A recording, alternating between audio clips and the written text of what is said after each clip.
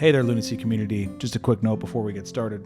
Number one, this episode was recorded during the full moon, and there is reference of that. It was also recorded while the fires were still burning in Los Angeles.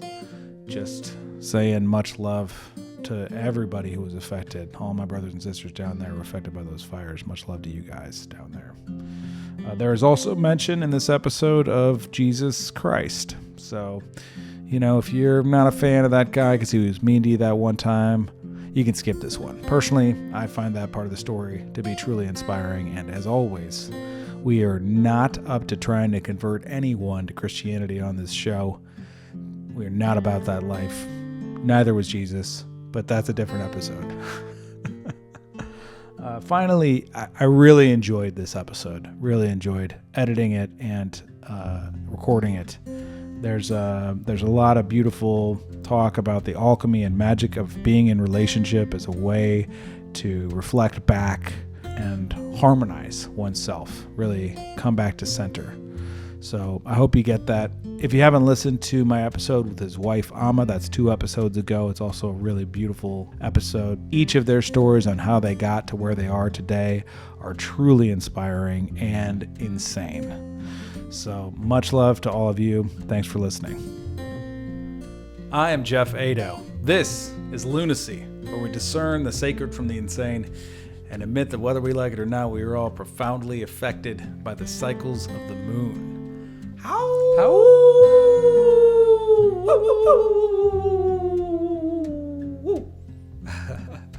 Amazing. Lunacy is a luminary podcast, and my luminary guest today is my very good friend, Santos Castro. Yes. Hello. Santos is he's a coach. He does relationship coaching. He does a lot of men's work. He's also a creative human being, but he's really, he and his partner, Amma, if you check out 2 episodes ago, all right, that was his wife. All right, lucky dog over here. Am I right? I'm right. Love that. Yeah. So he's the other half of that partnership, and they do work together, conscious partnership healing, and they're about to launch a new project that's related to that. And I'm really excited to have you on the show. You've made a real big difference in my life and the life of my wife, our life together. And so I really want to honor, just start off acknowledging you for really putting yourself in the position to make a difference for couples and really empower all of us and see all parts of ourselves, man and woman. How different we are, and that's right. How alike we are, and how we can come together in a good way. Yes. Instead of, hating each other. That's right. And thank you for that honoring, because it is sacred work. Yeah, indeed. Yeah. Beautiful. So yeah.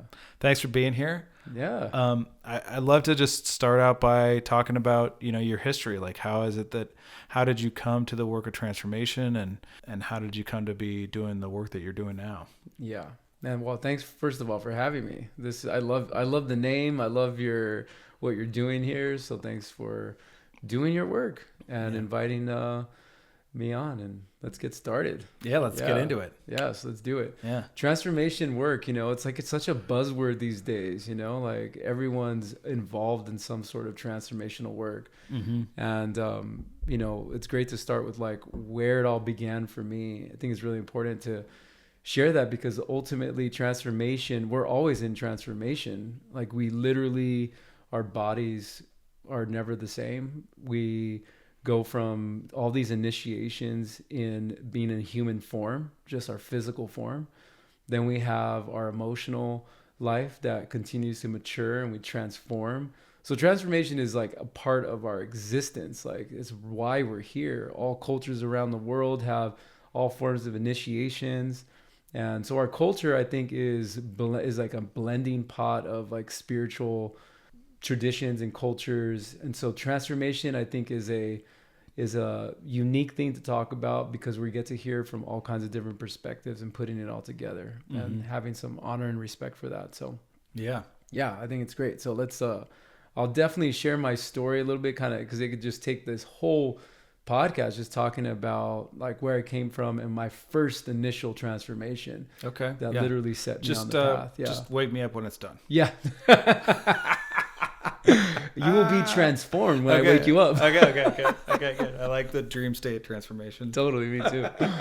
And you know, lunacy, we just are going through a full moon like right now. Like last night, I was woken up from an incredible dream, and it was just like, I was like, oh yes, thank you, the moon. I know that's what you were working on. Yeah. So yes, great time to have this podcast. Great time to talk about transformation. And yeah, I think what I want to start to keep it simple, just so people understand like where it began for me, is to tell the story of where I come from first, because somebody can look at me and just be like, oh yeah, it's just a guy doing his work and up to a lot of things. But the truth is like where I came from, it's like a miracle of who I am today.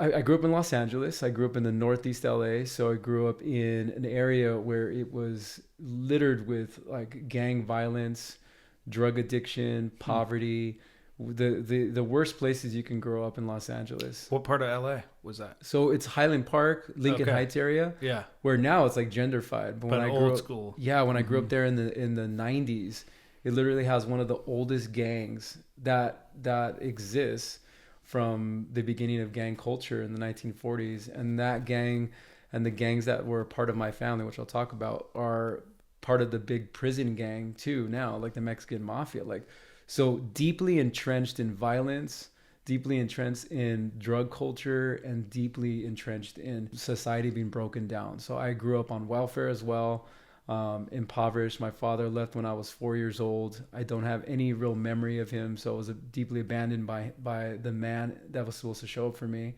My mother, when they split at 4, she became a heroin addict, and she destroyed herself. It was in and out of prisons. She would take me to really uncomfortable places as a drug addict, and she was a gang leader.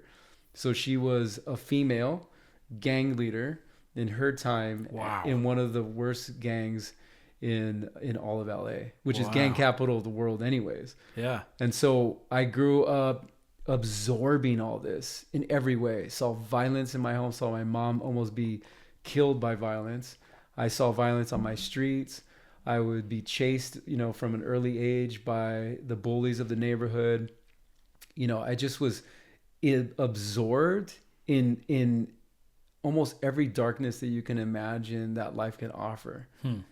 And completely in poverty, like scraping by while my mom is in prison. My grandmother raised us, which was the biggest the first blessing that I had, which was my grandmother was an absolute angel and like took me and my brother and my sister in after raising her 5 kids. Wow. And my mom was the last of her children. And so when my mom could not show up and was in and out of prison and her gangs and her drug addiction, my grandmother would had to take like custody of us and become our legal guardians, just because my mom wanted to spend the little bit of money we got from welfare to pay our rent on drugs. And my grandma like had to stand up and be like, that we can't, if you do that, we're all going to be homeless. So that's the kind of like experience and world that I grew up in. And by 10, I started using drugs and alcohol too. And my by 10? By 10, yeah. Holy smokes. Yeah. And by 12. Like, are you saying, if you don't mind, because I know when I was like 9 or 10, I think we were sneaking shots of creme de menthe, from my dad's liquor cabinet. But it was pretty innocent. My cousin gave me a beer at a party one time and I was totally drunk. Mm-hmm. It's kind of a funny story, but anyway, not your story. Does not sound funny at all. Like we were sort of dabbling at that time, but it didn't become like a bigger thing until high school. Yeah. But you're at 10, you said. All survival. Like, I mean, I was introduced to something that took away the pain. When you were 10? Yeah, I was probably like more like 11, but when it started, it was alcoholic from the beginning. Really? Okay. Yeah. You were just like, this is the juice. Oh yeah. I mean, it was the medicine. Like, and it was for survival. So I understood that it saved my life, actually. Really? Yeah, totally saved my life. But I remember that first time I blacked out, passed out, and threw up all over myself. And I remember waking up the next morning, even though my grandma she raised us, but she didn't she's not a father. She was older. So no one was controlling me or managing me or guiding me. So it's not like I needed to hide it, but I remember hiding it right away. Like I threw all the sheets and all that, but bundled it up, threw it outside, and got rid of the evidence, because I just knew that like this was the thing that I needed to hold on to. But anyways, within a short period of time, from 11 to 15, and this is where getting into the transition, my transformation, my first transformation, from 11 to 15, I basically just blew out, like went down a dark spiral really fast and burnt out fast. I went to a mental hospital. I was arrested several times. I dropped out of junior high school, and I got involved in the street culture. And so the thing that I was running from, and the thing that I was scared of, the thing that I was like abused by in a sense and traumatized by, I eventually stepped into that darkness myself from the ages of 11 to 15. And at 15, when I finally was arrested one last time, after all that, madness and wanting to commit suicide and going to the mental hospital and arrests here and there and dropping out of school and just a complete chaotic life, after all the violence and abuse that I experienced and just the trauma that I grew up in, just born into, right? 15 years old in juvenile hall, one more time. And I remember the difference was that I actually was in the fetal position, just crying and asking God that I didn't even could believe in, because who would want to, why would anyone believe in a God that gives someone this kind of experience of a life? Mm-hmm. But I remember crying to God, just being like, God, please help me. And then I was interviewed by this boys home. And I went to that boys' home that next day. They came and interviewed me that next day after that prayer. And so I go to this boys' home, but here's the interesting story. Did you feel like there was a direct connection there? I mean, it sounds like there was a direct connection. You made this prayer and then just randomly this boys' home came to the prison that you were at and the jail. You? The jail, I was waiting to get to go somewhere. They were going to send me to some rehabilitation center, juvenile detention type facility. Yeah, the next step was I got sentenced and I was going to go to some sort of rehabilitation center. So the one that interviewed me was the next day, and they took me right away. Do you mind if I ask what you were in jail for? At that time I was on house arrest already for another crime that I did. I think it was a stolen car. I was involved in a stolen car in the streets. 15. Yeah. Wow. Yeah. Okay. Yep. Wow. And anyway, so I was on house arrest because of that, waiting to go to court for that. And then I just I just lost it, and I destroyed our house, and I scared my grandma to death, really. She was so scared that she called the police on me herself, and wow. She had me arrested. Wow. And I remember them hog tying me because I fought them. And if those that don't know what hog tie is, they tie your hands and feet behind your back. And they carried me like a sack of potatoes and threw me in the back of the van or the back of the police car. And I was just cussing them out. I didn't care. I've been beat by police before. They beat me up again. They had to take me to the hospital. And I mean, I deserve it. I'm I don't deserve to be beat by police, but right. I deserve to be Hold on a second. I know. I deserve to be treated like I'm treating others, at that moment. I see what you're saying. Yeah, right. There's a karmic exchange happening here. Yeah. Even though cops should not beat up people. No, they shouldn't. And I had to work through a lot of trauma around trusting police officers and trusting authority and all that. That took a long time. Yeah. I still sometimes just get a little paralyzed when a cop comes by just because of all that trauma. But anyway, what's interesting about that story is that my grandmother had me arrested, and she had never done anything like that for any of her family. And all her kids were a mess to some degree. And my mom was the worst, and she never could hold firm on really holding my mom accountable in any way. But so the spiritual transformation, speaking about transformation, happened first in that moment when my grandmother decided to have them arrest me because I was begging her not to have them arrest me. And so I go into this situation where, once again, I'm in juvenile hall and I need help desperately. So I get to this boys' home after that prayer. And this is where, like life, like in transformation, people don't always get it the first time. You don't always just receive the wisdom right away and transform your life. That's not how transformation works. It's stages, initiation after initiation, cycles of things, right? So like a lot of people miss that. It's not just a one and done kind of thing. It really is a journey that we're all on. Mm-hmm. And so my journey, even though that was so profound, and I did see and feel the impact of like praying, getting to go to this beautiful place. It also used to be run by the Catholic Charities. So it was beautiful grounds. It was spiritual in nature. Everybody was so kind and loving. I'd never been in a peaceful environment ever. So I remember so clearly going through those gates and seeing the beauty and the calmness and the peace and the love of people caring for me. And that was so foreign that in 4 months, I could not handle being there. And I ran away.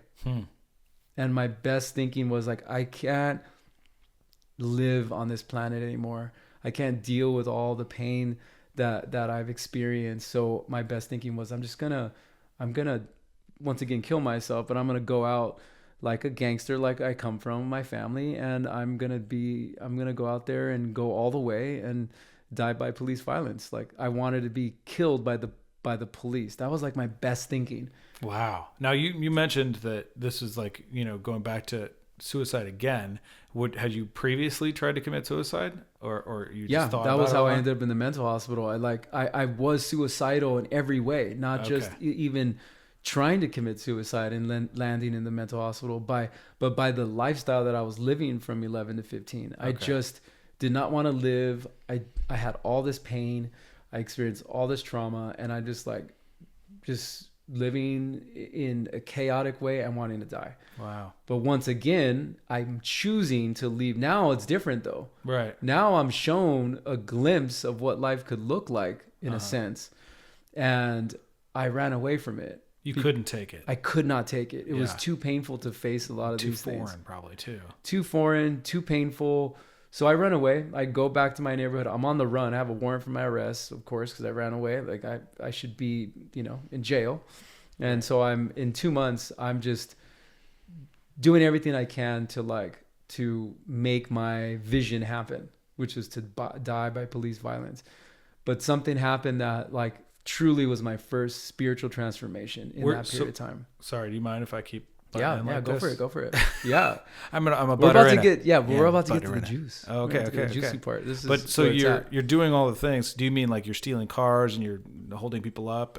What are all the things? Actually, I got my younger brother who was already deep into the gang life, the main gang. I asked him, all right, I'm ready to get in the gang, and I'm like, because I didn't tell anybody what I wanted to do.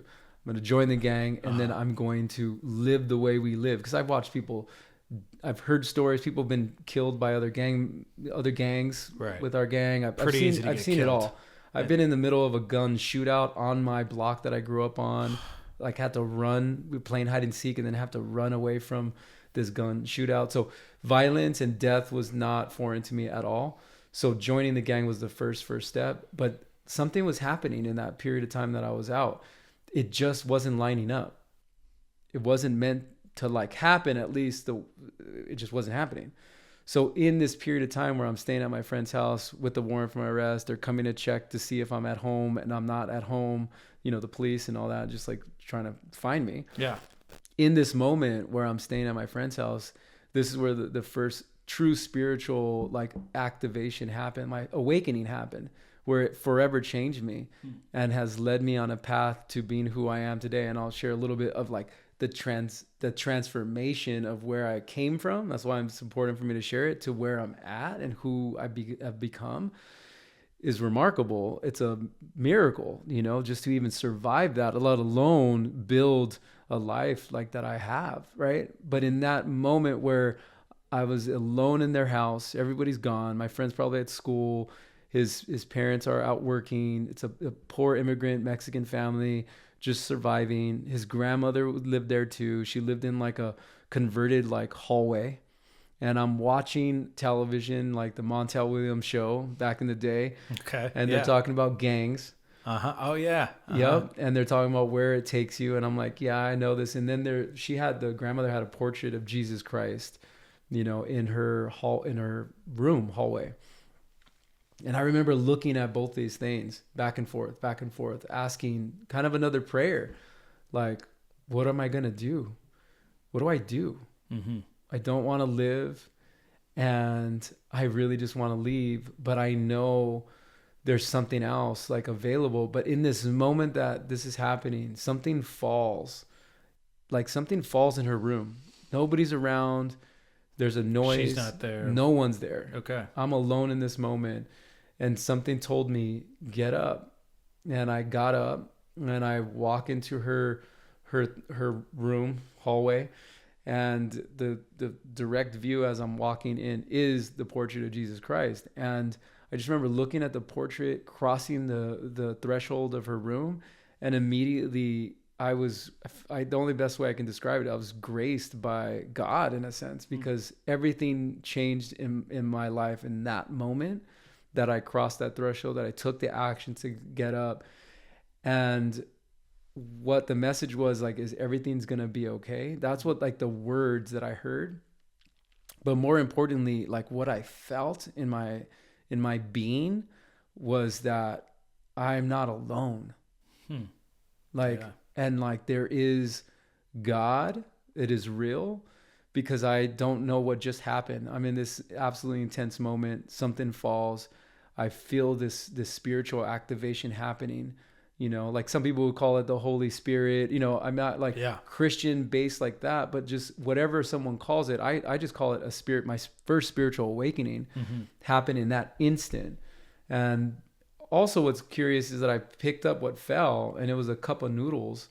And I won't go into too much detail, but what's interesting about that is that's how they disrespect, gangs disrespect each other by calling them kind of retarded names back and forth. Well, that's how you diss the gang that I was trying to join and die by police violence. Was called them Noodles. So it was kind of this interesting, like it took me years to understand this piece, but like it took me years to understand, like God was like laughing at me in the most incredible moment of my life, the most painful moment and most transformative moment. God was like, you don't belong from that gang in a sense, you belong to me, to love, to something much greater.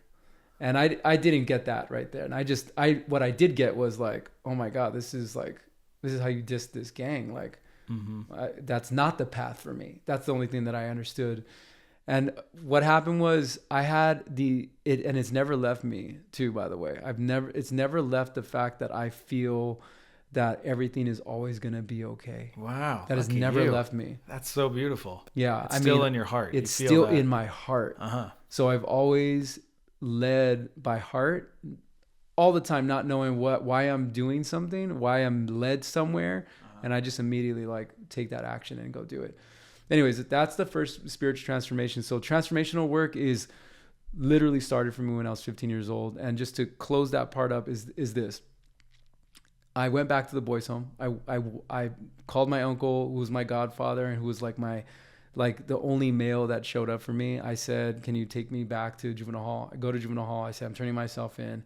I don't even know, this is the first action of leading from my heart. I don't even know if they're going to take me back at the boys' home, but I knew I needed to go back there. And so they took me back. And then I stayed there from 15 to 18 years old. Wow. By choice. Okay. Because I could have left a year later. And that led me to completely transform my life, where, I was first to go to college. I have the first to have a master's degree in my family. I ended up working at that boys' home as an adult. I built their drug treatment program there. Wow.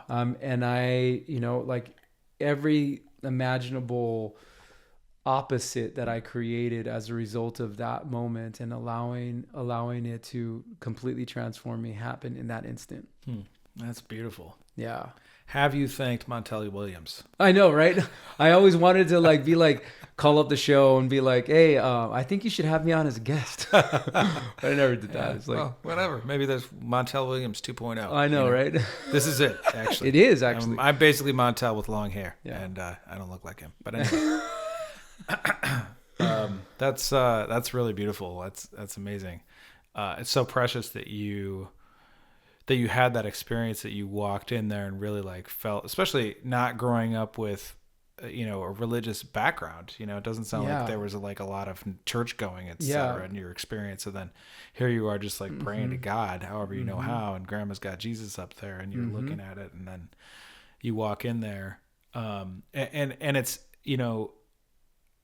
I look, I don't know how people are listening to this, or thinking about it, but to me, it's very significant that you crossed a threshold and then felt, this spirit, this spiritual awakening, this Holy Spirit, whatever you want to call it. I mean, that's something I firmly believe in, because I felt it myself, that's how you know, right? That's right. But so it's so beautiful that you walked into that space and really like felt the transformation. Were like given grace. You were given something that you prayed for in the immediate. That's so beautiful. And then it was grace. Yeah. That it just was my birthright for some reason, Right. God was like, this is what you're here to do. Yeah. Joker. Yeah. No, Stop seriously. trying to steal shit and get shot. Absolutely. Wow. Because of the amount of work that so basically when I turned 18, I became a counselor right away. Like pretty much I went to college, and by 20, I wasn't even done with university. I was already a counselor. I was already working with boys in group homes already. Okay. So I just immediately started doing this kind of work, and I've been working probably I'm sure I've touched thousands and thousands of lives, over the years of all the ways that I have worked with people, because I'm a social worker at heart. I'm a counselor at first, counselor, social worker, licensed therapist. Then I became a relationship coach with my wife. I've been doing that for the last 10 years. And then over the last 7 years, I've been a men's coach and working with men. And in all that time, I mean, the amount of people that I have sat across, worked with in groups, I've spoken at places, I've wrote a book, like, so all the ways that I have like impacted people, and you never even know the impact that you have once you touch someone's life, like the ripple that we have by being of service to one another was given to me by that one moment. And then I was raised in a community in that boys home, 15 to 18, that taught me about service. I learned so much about how to live life by being there. Beautiful. Yeah. That's so beautiful. I really appreciate that story, and I'm sure, it's affecting a lot of people deeply as well, and people can relate to it. It's such an extreme example of what it means to be of service also. I often talk about on the show, and have done podcasts on the great joy of serving others, which was the foundational reason for my fraternity, Phi Kappa Psi, which was originally a philanthropic fraternity and then became a social fraternity. This idea, the great joy of serving others, that through service you can find yourself. I have a lyric like that in one of my songs too. That's awesome. It's such a gift to be able to give to others, and then that you're not alone, and also you're able to like let go so much of your own neuroses and baggage and trauma, because here I'm really being of service, and if I'm really being of service and I'm not trying to get credit for the service, and it has an effect, then wow, there's such a gift in that. For many years as a teacher, I taught musical theater to kids in LA, and that's so gratifying to see them get up on stage, especially when they're afraid at the first, the first class. They're like, I don't know about this. And you keep warming them up, playing with them and having fun. They get used to the group. And then, come showtime, it's like a huge transformation. And then there's such a sense of service in that. Even though it's a job, but, obviously you were doing your job too. It's a job dedicated to service, and how much that can like open our hearts and our minds and get us out of our own head and really like connect us to each other, and I think also to nature. Yeah. It's why we're here. Yeah. To be of service to one another. It really is. It really is. And it's so fractured in our society. This isn't like I don't say this as like a judgment, it's more just like a state of affairs. It's very fractured. We live in a very individual society, from getting in our little metal boxes and driving around yelling at people, which I did a host of in LA. By the way, we love you, LA. I'm sorry that you're burning. Pray for LA right now. Praying for LA. Really, really, and really. But yeah, I mean, I spend an inordinate amount of time driving my car and getting mad at people who can't hear me. The only person who's experiencing the trauma or the suffering that I'm inflicting is me in my own car. But that's a microcosm of the macrocosm of our lives, where we're not as related to each other, and we're not thinking that way. And maybe we work for a company, and again, not to demonize companies. Companies are great and they make great things, but like a lot of the personality or the personal nature of being in a company, it's like you're doing it for them, not for yourself. And there's not, we live in a culture, it's not that important to really tend to your own needs. Get the job done. That's what you're here for. Get the job done. That's like, we've been building empire that way for a long time, so to come back to, and by the way, if you're in a situation where you're working for a company, and there's a way for you to be of greater service, I would investigate that. It's no shame in the game here. This is how it goes. But also, like, the fracture in terms of our not feeling connected to each other is of issue, and I feel like it is actually shifting, even through like social media is kind of a double-edged sword, because like there's people that are putting out great content and information that's inspiring and like connecting. And then there's just like, hey, look at my tits, which, I mean, nice tits, but like the pendulum is swinging though, because, but I think it really is. Yeah. And places like this, we live, I'm up here in Northern California. There's a real sense of community. There's a real sense of brotherhood and bonding and living close to nature. And there's a lot of people that are into that here, and other people think it's crunchy and hokey, and I don't care. I'm glad that they think that, because I love it. But it does feel like very much so in our society, we're coming back towards a communal shared interrelatedness, where we acknowledge our interrelatedness. That's right. And we see how we're connected. Yeah. And, like the work that you're doing, not just with couples, but also with men's work and formerly the boys' home and doing drug treatment, counseling, et cetera. Like, it's all about raising each other up, Yes. That we're one, that we are one human family. And that really is unity consciousness that's happening. So we're going in a pendulum swinging to the side of unity consciousness, which is also known as Christ consciousness. What some people can have a lot of like, opinions about these words because they hold such weight. But what you're talking about is really is we are learning how to understand that we're all interconnected. And when, like, all the things that I did early on in that short life, I left impact on when I'm hurting somebody, I'm hurting myself. But the only reason why we hurt other people is because we feel so hurt and broken inside. That line, hurt people, hurt other people. Yeah. Like, that's what we're dealing with. So it's so cliche and kitsch and just, it sounds terrible, but it's so accurate. But it is so accurate. Yes. Hurt people really do hurt people. Hurt people. Yeah. And the thing that we're in this transition, talking about transformation, our entire planet is going through transformation right now.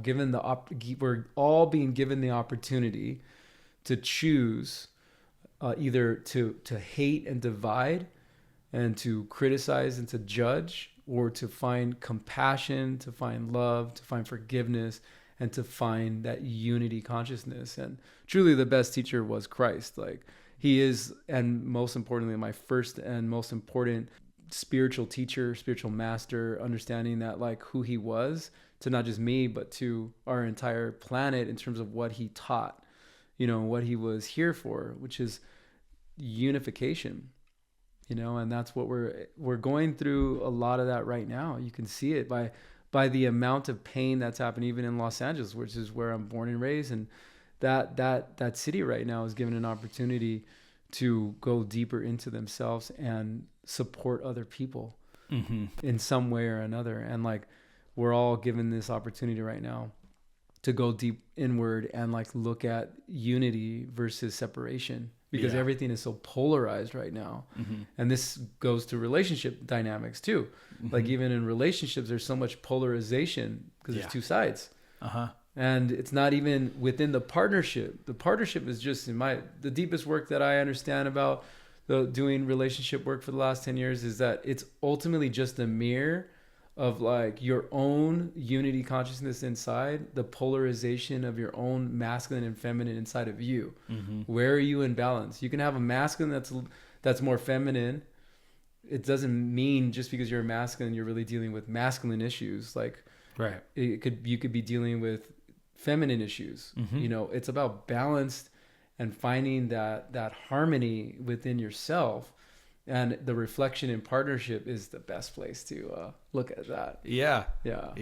So we should dig into that, but first I just want to knock on the Jesus door, because like you're saying not like, hey, you have to accept Jesus as your personal savior. You're just saying like he was a really great teacher, and if you listen to what he has to say, it is mind-boggling.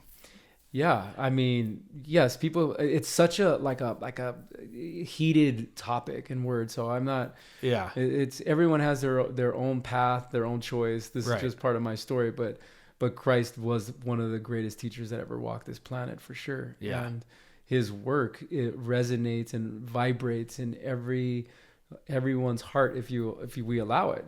Because his message was so clear. When you remove all the stuff that is available out there that creates a lot of contrast, but yeah, right, yeah, I get into my favorite Jesus quotes are my church is under a rock. He said that, which sort of undercuts all of the church. No offense to churches, but like the ownership of God portion is not what Jesus was about. Jesus is about really being compassionate for other people and loving each other as he was a rebel. Yourself. He was a rebel against organized religion or organized bodies in general. Like, he was a rebel. He was a outcast. He was a wanderer, right? And so, like, who he was, not labels, but what he actually said. He said his word would go beyond heavens and earth, like its everlasting impact. So to me, his words are the most important, and his actions are the most important. What we've done to it as human beings, that's our issue, not his issue. Right, exactly. That's our issue, and we get to decide like whether we want to, where we place ourselves with understanding Christ in our own hearts. Yeah, exactly. He made it really clear at 15 for me. So there's no doubt in my mind, like, the power of Jesus Christ himself, like, in our hearts. But the church, we're sorting it out because it's man-made. Right. Men make this up, right? So we have to deal with that. Mm-hmm. Yeah. So knocking back on the relationship door, you mentioned, relationships are the best place to see our own kind of where we're out of balance, etc. That's not exactly how you put it. Yeah. But let's go into that. Yeah. How absolutely. did you put it? Where I was saying the inner, the polarity inside of the masculine and feminine. Yeah. And the best place to see that is in a relationship. Best place to practice that is in partnership. Yeah. Yeah. And really in partnership after the honeymoon phase is over. Oh yeah. Oh, because that's just the high. Oh yeah. That's just the high. That's the biology at work, I'm being my best self. She's being her best self. Oh, wow. The sex is and great. The sex is amazing. Oh, nothing compares to those moments, right? But then the real work begins when you have to actually confront yourself and have compassion for yourself and for your partner, and forgiveness. A lot of forgiveness work, a lot of deep understanding of the other person's experience. Yeah. So let's get into that some more, because obviously that's how I know you. Yep. We did a conscious partnership course that you and Amma offer, and got a lot out of it. And then we've done some follow-up work with you on that same thing. And, I think like, it's just really important to identify, like, I love my wife. She's great. Mm-hmm. And I married her for all the good reasons. And likewise, I like to think, she did marry me for all the good reasons. And she did. She really did. Yep. Giving myself credit, and her. Yeah. But, we get so locked into our own perspective, and then we start getting triggered about things. And then it's a slow process of resentment. There was a fellow that did a study on married couples. The Gottman Institute. Was them. Was that it? John Gottman. Oh, the Gottman thank you. Institute. Was this the one where he had him look at couples for like 90 seconds and tell whether Yes. good. You fixed it for me. Good. I don't have to go back and look.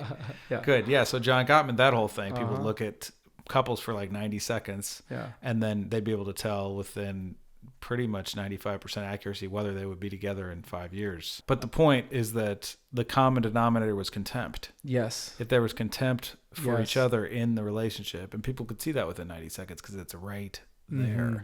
And really also, it's not just contempt, like, I hold you in contempt, like, that you've done something wrong and I have contempt for you. You're a bad person, that kind of contempt, but really just fundamentally making the other person wrong. Yeah. I was listening to somebody recently who's just saying, on relationship, the best relationship advice that you could give is, I do my best not to make the other person wrong in the relationship. Mm-hmm. But it's so easy to do that. Right. Mm-hmm.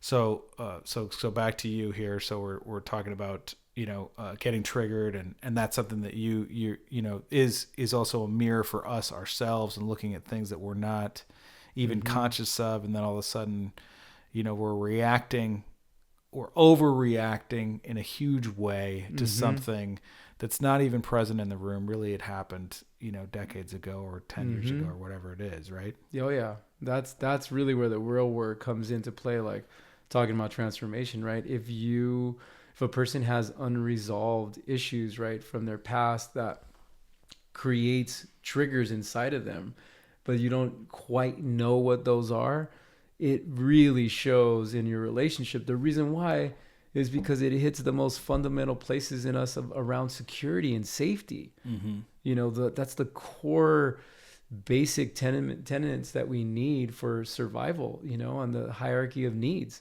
So Maslow was onto something when it's about security and like just feeling like we have a sense of safety in our world. Mm-hmm. And so like when that is disrupted, what happens is when we're in partnership, those things can be triggered so deeply that if we're not recognizing what they are and what our needs are for our own self to get to in a place of safety and security, then we kind of can play out patterns of behavior that were played out, and that's no different in my partnership too. Like it's been like that for the 11 years we've been together. That's why we do this work, is not from like a sense of expertise necessarily, other than being in the trenches. Right. The trenches is where you get your, that's eventually where you get your Medal of Honor, right? Anyways, like from being in the trenches, you don't get it from like sitting way in the back, like barking orders. No. You get it from being in the trenches. You right? got to be in the fight. Yeah, you got to be in the fight. So that's ultimately what partnership is like. And why we do this work is because of that. Like the deep trauma that both me and my wife like mirror to each other has been the long journey of healing within our own self and understanding, forgiving, and having compassion for the other person in their journey of healing and like going through their process of maturing through their triggers, right? So both of us are on that path separately. And then we both have to like learn how to have that forgiveness and understanding and compassion for each other's experience, which long term that's what long-term partnership is. Mm-hmm. Like, and in the beginning, it's the roughest. Yeah, definitely. Yeah. Yeah. And there's also, you're building a muscle there, that compassionate, forgiving muscle, and also looking at your own traumas and like how it is that you relate, like what the origin is of you being super triggered. Mm-hmm. I talked quite extensively with Amma about this in our podcast, but I don't think it hurts to talk about it again. Yeah, absolutely.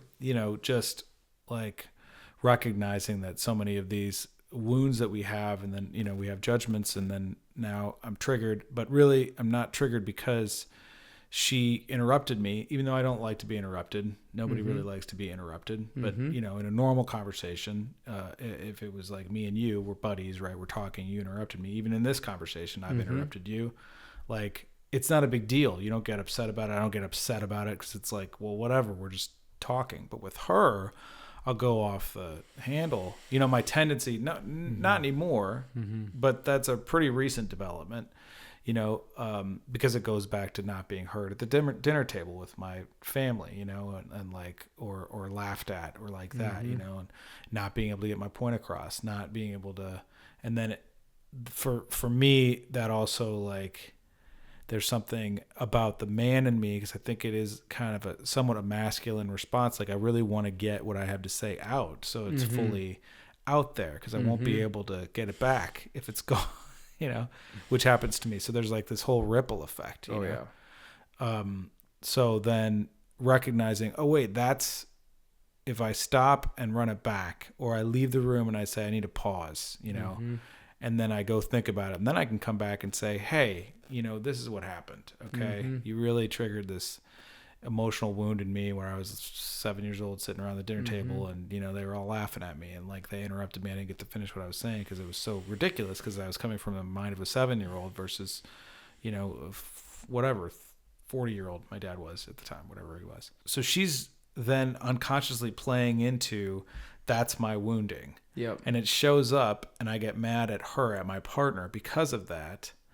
But really, it doesn't have anything to do with her. And now she's fighting back, and now we're at odds, and we're in an argument, right? And so then how do we like slow all of that work down, so that each of us can look at ourselves to see what are these wounds that are coming up? Yep. Oh, yeah. That part that you're describing right there, the only way is to slow it all down, right? And that slowing down process, as you know, like there's a 5-step process that we use, but ultimately it's separating that triggered moment to have deep accountability for yourself, and really reality too, because you got to separate like what is actually happening from the facts of a situation versus the perceptions. That we're a perception meaning making machines all the time. Why do you think that everything's so polarized right now? Yeah. So we can't escape. That's what so many traditions call the Maya, the illusion. Like we live in this.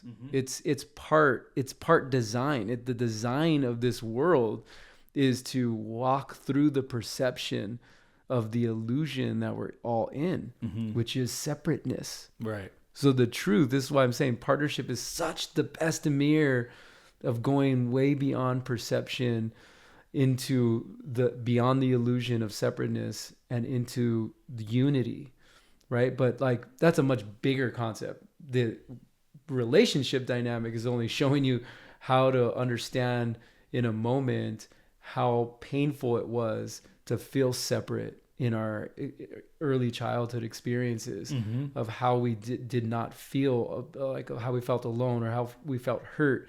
Or and so then, then in our relationship dynamics, all that stuff comes alive. So we have to really see the perceptions that we're placing on it based on our own unique cultural, historical, familial experiences that we have that makes us unique of who we are. Good, bad, right, wrong, all of it. Ugly, especially. Embarrassing. Oh, embarrassing. Yeah. Repeating patterns over and over our whole life. Yeah. Like slowly forgiving ourselves, slowly transforming the deepest parts of who we are, right? That's what partners get to see and walk with. Yeah. You know? Yeah, and I wanted to point out the unity that you're talking about, the unity consciousness. It's not like the Borg, you know, where you lose your consciousness altogether. Right, your individuality. It's much more like there's an awareness, oh, we're all totally interconnected. Yeah. And that we share consciousness, you know, that there's a lake of consciousness like Carl Jung talked about, you know, that there, and if I walk around understanding that there is this unity consciousness, that we are all related, then I live a much more fulfilled life, and I'm able to be of much greater service to other human beings instead of being like a destructive force in the universe, which quite frankly, a lot of us, you know, myself included, have like walked down that path. And so have you, you know, just like wrecking house, not Absolutely. knowing why, and then lashing out for what reason. And I'll say something else, which is like, it's annoying. Like, it's so frustrating and annoying that this is the truth. That the truth is we're all walking around like the walking wounded, and we have all these wounds that you can't, nobody else can see them, but if you could see them, you'd be like, you need to go to the hospital, dude. Like, what the fuck, man? Right? Like, if you could really actually see it. each of our wounds, like visually, you'd be like, oh my God, dude, let me get you a tourniquet. What can we do? Like, you need to, because they're emotional wounds that don't show, and we have, because of the like you're saying, you're talking about like the nature of this world and how it works. We do live in Maya. We do live in delusion. We are limited in our senses. We can only see what's in front of us. We can't see through the planet. We can't see to all sides of the earth. Yeah. So because of that, then that also invokes us to have these wounds that no one else can see. And the annoying part is, we all have those wounds, and we all have to own up to them and heal them if we're really going to grow and transform in this world. Exactly. That part of transformation that you said, this transformed world, right? Like, it starts with the individual, right? Like, to get to a place of unity consciousness. I mean, we're talking about, cycles of time, like thousands of years, right? Like, we go through, and it's a much deeper conversation to have, but just like speaking of like how long something takes to go from a consciousness that's divided and polarized to more of a unity consciousness, that takes a long time, because every individual has to come through their own transformation of the deep heartache and pain, and the dark night of the soul, and the hitting the deep bottoms, to then surrender so deeply to love, to harmony, to peace, to knowing that, like, if I hate somebody else, or if I judge somebody else so deeply, if I criticize outwardly, which we live in the world, that's all that stuff exists right now. If we're looking at people as like they're wrong and I'm right, when that happens, like, that's the polarization that causes so much of the conflicts that we have all over the planet. So when every individual starts confronting that within themselves, right, and gets to the place where we can look at each other, and unity consciousness is just seeing like, you're just another reflection of me. So everything that I've experienced, everyone else is experiencing to some degree, to some in their own unique way. We're not different. Yeah. We all are cut from the same cloth. We all are born into this illusion and have the same experiences of dealing with separateness and confusion and pain and hurting others and judgment and all those things. It's when we start crossing over into having more of like a way of forgiving ourselves first, and then so we can forgive others, can we begin to create more connection at a level where our world can transform, right? So partnership is one of the best places that we're really practicing this on the planet right now. Yeah. And it's not easy. And the reason why it's not easy right now is because everything is so heightened with polarization. Yeah. Yeah, and that's just a fact, Jack. That is a fact. I mean, it's really like that. You walk into a liberal household, and it's like the conservatives, Trump, everything so bad, and we are going to hell in a handbasket immediately, and it's terrible. And then you walk into the other side, the right side, and it's exactly the opposite. Everything's great, and but also like the liberals and the Democrats, they've ruined things, and they're terrible, and it's all polluted and whatnot. There's no common ground, and it's interesting to see the left perspective. Originally, the liberal perspective is like the bleeding heart. It's really caring and being compassionate for all people, and how do we demonstrate that in the world?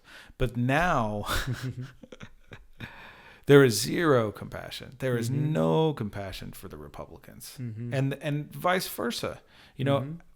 One of the things I love about living up here is like, you'll see during the election, it was like Trump, Harris, Trump, Harris, Trump, Harris, Trump, Harris on the same block. And I was like, crazy. That's amazing. beautiful. Absolutely. Because that demonstrates that we can all get along. Yep. You know, and it demonstrates that like at least some people are aware of like at least the delusion of that to the extent that they're going to be nice to their neighbors still, even though they're a Trump supporter. Mm-hmm. You know.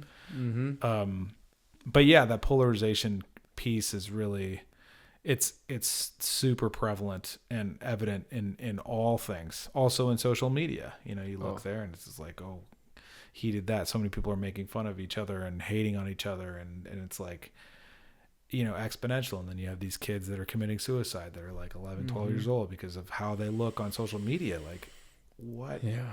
And I keep wondering that. I keep wondering, well, how much is too much? How much is enough polarization that gets us to the point where we're like, okay, I get it. This is not working for us. And I really need to have compassion for my brother, my sister over there on the other side of the aisle. Mm-hmm. Like, when is it that we are going to start having compassion for each other and ourselves? Yeah. And I think, you know, something that you pointed to that's been percolating for me is like, it's a matter of pride. Mm-hmm. Mm. You know, pride is the enemy, even in relationship too, right? Mm-hmm. I don't want to admit that I'm really underneath it, like really sad from this thing that happened when I was 7, right? I don't want to admit that. Fuck you, you know, not necessarily fuck you, because we don't use those words in my house to each other, yeah. But like that, absolutely. Essentially F you. Like, it's surrender. Yeah, and pride with our political views and everything. It's like we want to be right, and what we're not looking at is how terrible that is. Like, you can be right until the day you die. You're going to die and you're going to be like, what was I thinking? Why was I so like consumed with just needing to be right all the time? You can be right and then be dead, and then you're still dead and you were right, but like, what does that grant you? Why is that the prize? Yeah, because it's a form of control.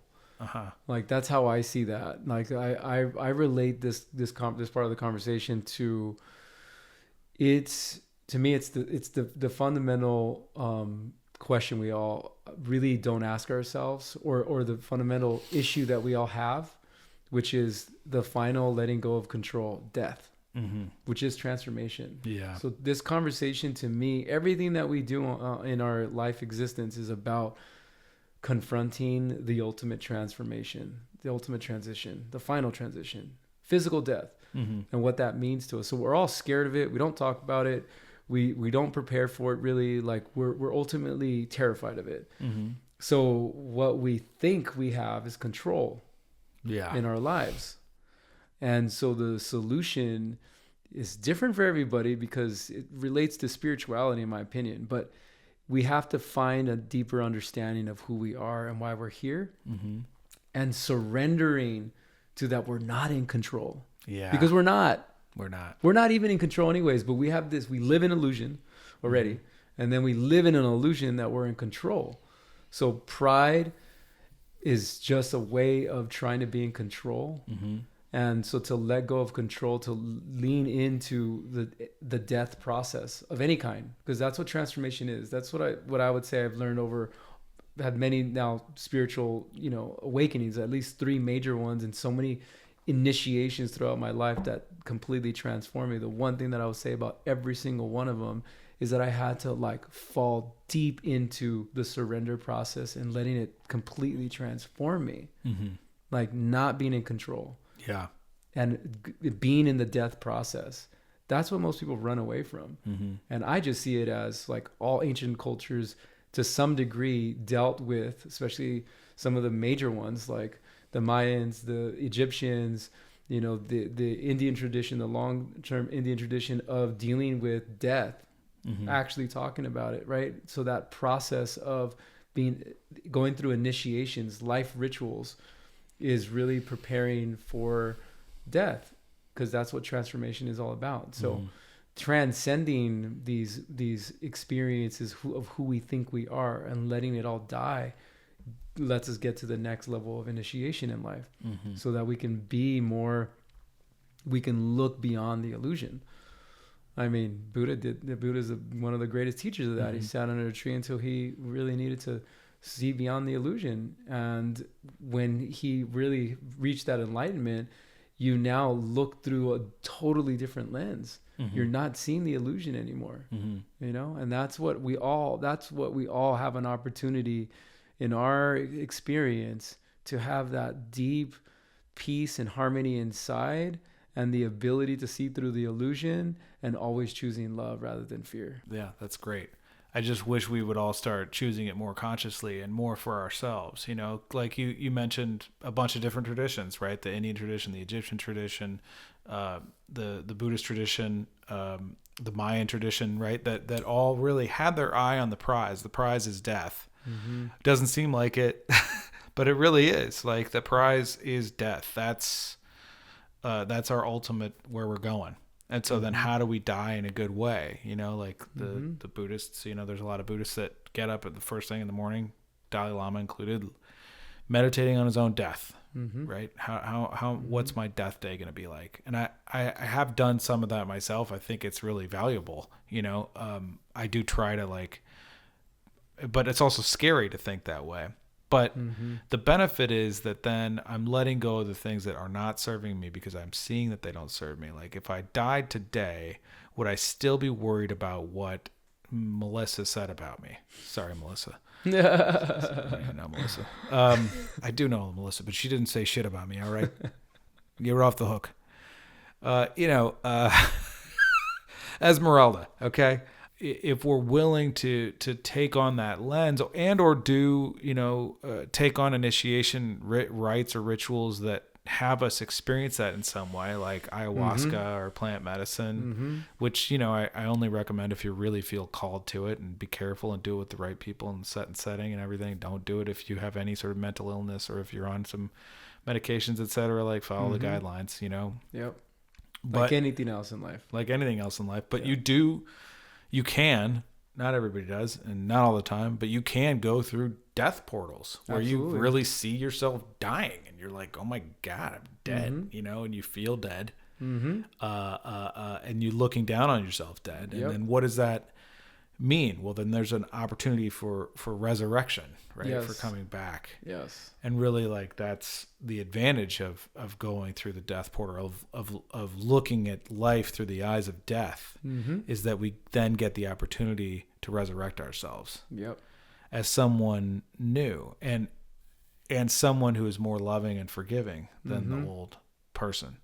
That seems to me to be the way that it works. Yep. Is that if we're really facing our death, we're inevitably going to come out the other side a more loving and forgiving person.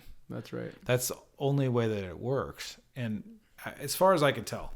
Yeah, no, I mean, you're absolutely right. That's why all the cultures that use plant medicines, even though I think we're still trying to understand what their purposes were ultimately, but if you just really pay attention enough, that these cultures were facing the existential questions just like we are today to some degree, but they really went into it deeply as a culture.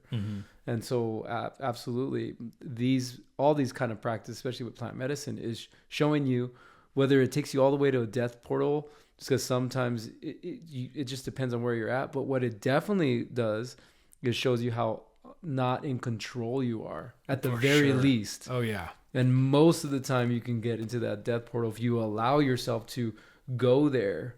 Yeah. And some of the medicines just take you there anyways, right? The plant medicines, you have no choice. But all of them is really hinting at how much we are not in control, and what is our consciousness? Who are we really, right? Yeah. And when we confront that, that's why it's so powerful to see that we are beyond this illusion of you're in a body, I'm in a body, but that we're much bigger than that. And we all have to come to terms with that. And so when we have a culture that's so mixed in say the United States here, right? It's we're blending, we're a spiritual melting pot here. We're blending all kinds of traditions. So it's unique of an experience of unity consciousness that is emerging. Like I said, it's just gonna take a very long time for us to have deep respect and honor of all the traditions of the world that are emerging here, and just creating this beautiful opportunity to heal at the deepest level, so that we can see that we are way beyond this body, and that there is something beyond death, and that we are dealing with control issues, you know. Yeah. Ultimately, that's what the lunacy is all about. Yeah, for sure. That we think we're in control. Yeah. And all the ways that we try to be in control and stay in control. Yeah, exactly. And there's also, you know, we have free will too. I still believe that we have free will. And, you know, but so often that free will shows up in just being a stubborn son of a gun, you know? Like, I don't want to learn that lesson. I don't want to do that. No, give me another reason. Show me another relationship where it totally fails. Yeah. You know, just how many times I like banging my head against the wall, you know, like, so much of that free will shows up in our reluctance to, you know, to really look and forgive and heal and like be humble and be vulnerable, you know, but why? It's like, you're going to get there anyway. I know, right? Yeah, exactly. So true. The sooner you get there, the happier you're going to be. Nobody wants to get there. Somebody wants to admit, I'm not really in control. And also, like, I've done all these things that are not great. And also, like, I'm humble before the creation and make amends, going through the process of, like, making amends and, like, forgiving yourself and others and all of that. Like, it seems like a big ball of wax, but it's so much easier than the alternative. That's the weird thing I think about transformation is like, it seems easier to just keep doing what I'm doing, even though it's painful in my life. It seems easier to just keep repeating this pattern, to keep doing it, trying to escape from it, you know, coming back to it. It seems easier because that's what I've been doing. And the ego wants to convince me that that's what I've been doing. And the ego wants to survive however it survived. And so the ego is actually dependent upon repeating those traumas so that it can have an identity that I can cling to. Yep. Right. So everything's sort of guiding us, showing us, no, you want to keep fucking it up. You know, you want to keep tripping on the pavement. But really, if once I stop and say, okay, no, I'm not in control. I don't have control. I give my control over to God or Creator or Jesus or Buddha or whomever you want to point to, or yourself or the river or the trees. You know, I give myself over to this creation, anything bigger than this you, mystery. Yeah, and I accept, you know, that I have erred. I have sinned. You know, sinned in the sense of like missing the bullseye, which is where it comes from, right? I missed the bullseye a bunch of times, right? But I want to get to that bullseye. Show me how to get to the bullseye, you know, like, and seeing love, you know, because love really is everywhere. I mean, you really can see it everywhere. In every animal that you encounter, even in the trees and the rocks and the, you know, if you really like open to it a little bit, it's there. Go for a walk. You went for a hike today on the Yuba River. Yep. I bet you experienced a lot of love there. Oh, absolutely. Set my day off, right? Like you're right. You're talking about, and even if you can see love in the most painful experiences we have, because that, to me, that's like a much deeper life lesson that I'm about to share. But just like when you could even see it at that level, right? When you can see that through your suffering, that there is so much deep love. Yeah. That's when you're mastering like life at a whole nother level. Yeah. Because you're surrendering to the pain in a way that like you see as loving, like that it is a gift for you. And that's when everything kind of unfolds for us, you know? Yeah. You got an example? I was just literally just thinking about like what I was saying about like how it started for me. I was sitting in the most painful moment of my life. I know I left a place that was loving, and it was the first place I ever experienced peace, love. First place, because I grew up in that chaotic world, right? That way. Yeah. So in that moment when I left that place and I'm in like a wanting to die again, and taking actions to go in that direction. And then when I'm like in the deepest pain and I'm trying to see some way out, that there is love, and I'm looking at Jesus Christ and like, yeah, everybody knows that image, but I'm like really wondering like, what do I do here? It's like another form of a prayer, but I'm like, what do I do?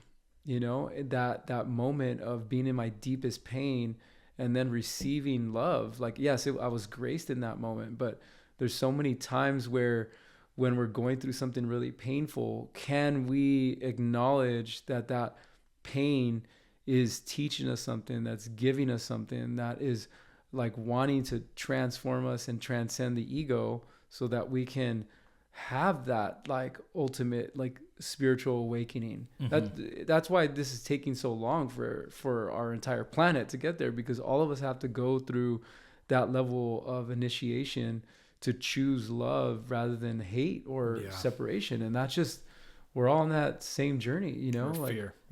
or fear. Choose love instead of fear. Really, because hate and all of that really boils down, falls under the fear. It sure does. Yeah. So yeah, are we going to choose love or are we going to choose fear? And are we going to, I like, to your point, you know, it's, that's the hardest time to do it, is when you really like are down and at the bottom, you know, and you see, and, or you're just thinking about all the things that you haven't accomplished that you said you were going to accomplish and how much you've failed in life. You know, I think all of us have some semblance of example of that in some area of our life or a lot of places in our lives. So then how do I invoke love into my life in those incredibly painful moments? How do I give myself that grace? And it's really, I think what you're pointing to is like really asking for it. Exactly. Know? How do I, and asking, what's the lesson of this pain? Like, please give me give me your grace. Yep. You know, God. Yeah. I think that's the only way. You have to surrender into it. Like, you have to let go of blaming other people. You have to let go of anger that you have toward yourself for getting in where you're at, or blaming, you know, everyone in your past, your parents, your circumstances. You have to get past like judgment of the world. Like, well, if the world wasn't like this, if they didn't do this, and, you know, like, you have to go beyond that. And in that moment where you're in so much pain, can you just surrender to that? Like, this pain feels so excruciating, but I'm not going to leave it. I'm not going to go outside of it. I'm going to feel it all and then surrender.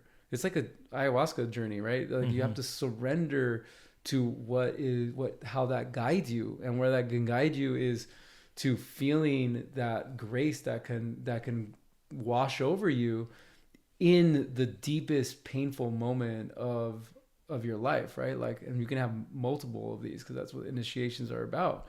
Another level of transformation, right?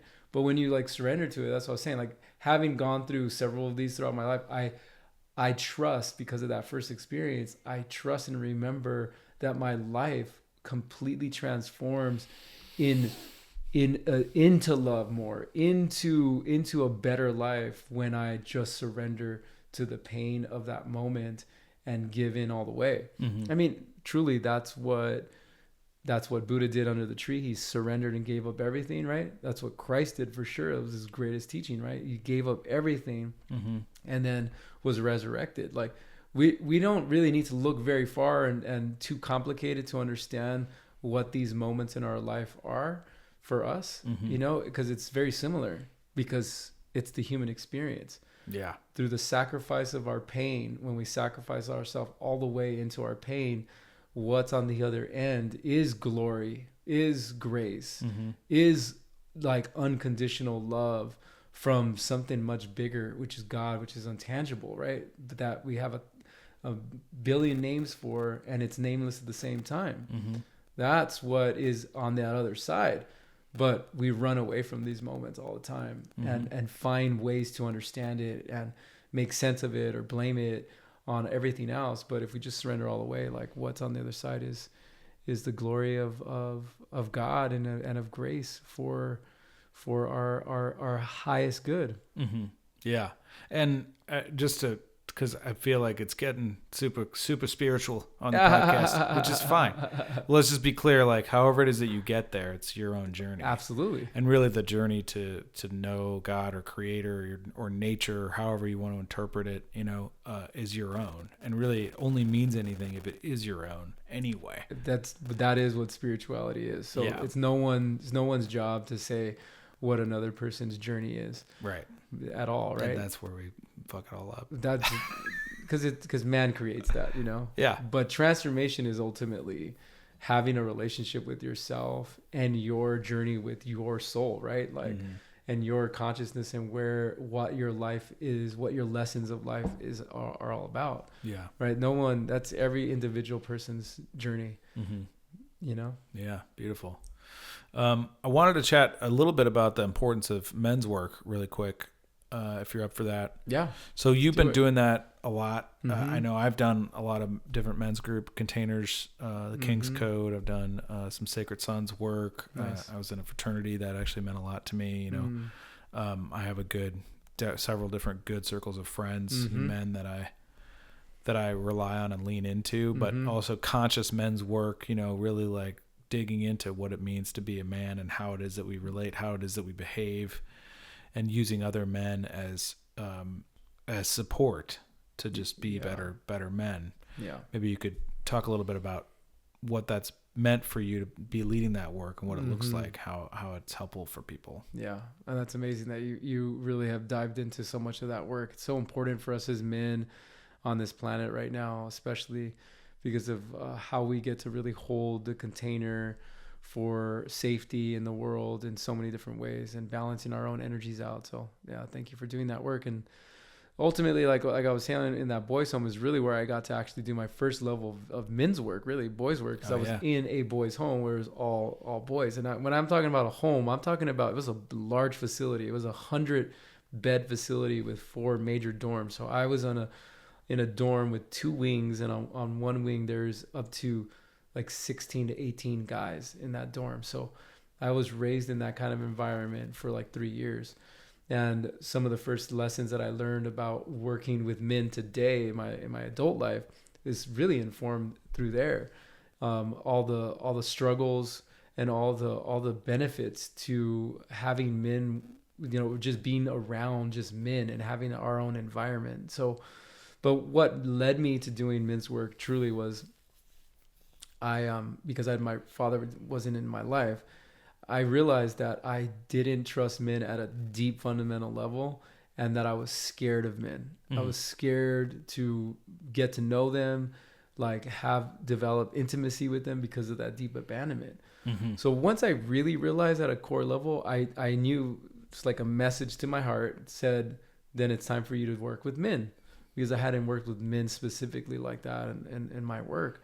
So of course, the leader that I am, because I've always been a leader, I just immediately said, all right, it's time to work with men. So I gathered my 2 best friends at the time, and we started doing workshops, and that led to doing retreats, and then that led to other men like joining, and then that led into building leadership within men, and it just has continued on. And the thing that continues to motivate me in my heart with that is because men still need containers so that they can relate with one another, because what we're still dealing with is it's not safe for us to talk, or we were not taught to like do this. So a lot of our nature is just do it by ourselves, or we're afraid of like the being judged because we can be so sensitive as men. We're not meant to, we're always, judged for being sensitive as men. I got bullied. I was chased. Because of how sensitive I was. That is real for us as men. It's different. Like women might not fully understand that as men, but that's our experience. We're either on either one of those ends. So men's work is so important because men need containers to go to be able to feel safe and process and develop intimacy with each other. And every time I do some men's work, it always shows me that men are still suffering, they're still struggling, and it's hard for us to like develop relationships outside of our normal kind of day-to-day thing if we don't put attention and focus on it, Yeah, exactly. Yeah, it's such a healing space, and it's such a reorienting space, and it's a great space to consider who you want to be for your partner and your family, etc. And it's like a safe haven, and people will relate to you and your problems. We're all kind of complaining about the same things generally a lot of the time in men's circles, and so that's just super important. So good. I'm glad that you're continuing that work. So how do people get in touch with you? Yeah. I'm glad you mentioned that, because I was thinking about when we howled, right? Like in the beginning, because the men's work that I do is called the Wolf Heart Way. So it's the heart of the wolf. And the reason why that archetype that we use, long story how we found this name, but the archetype of the wolf is because we actually have that saying, you know, being a lone wolf, like it's in our culture, but in actual reality, wolves are not like super social. They're very social. They have hierarchy of their groups, and they really take care of their families, and they take care of their community. And so wolves are very communal, like you said, very community organized.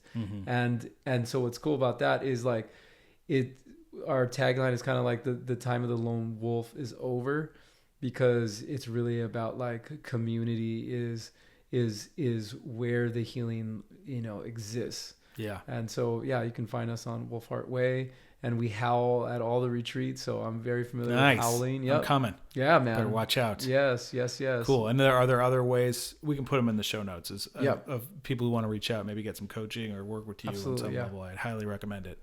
Sweet. Really quick for you, I asked of all my podcast guests, for you, in brief, what is sacred and what is insane? Nice. Sacred is every practice that we do through life. If we slow down, for me, everything is sacred. And what is lunacy? And what is insane? Oh, insane. Yeah. The illusion of this planet, when you accept the reality that we see through our eyes and what we take on is real. That's, to me, the most insane thing. Okay. Yeah. Taking it too seriously, taking it as real. Yes. Yes. I like it. Yeah. Beautiful. All right. Thank you so much, Santo, for being on the program. Thanks for having me. I've loved having you, and it's great. Look forward to many more years of friendship and brotherhood. Great work here. Yeah. Awesome. And to you out there, if you want to support this podcast, go to patreon.com/Lunacy podcast. Every little bit helps. Much love to you and your journey, and we'll see you next time.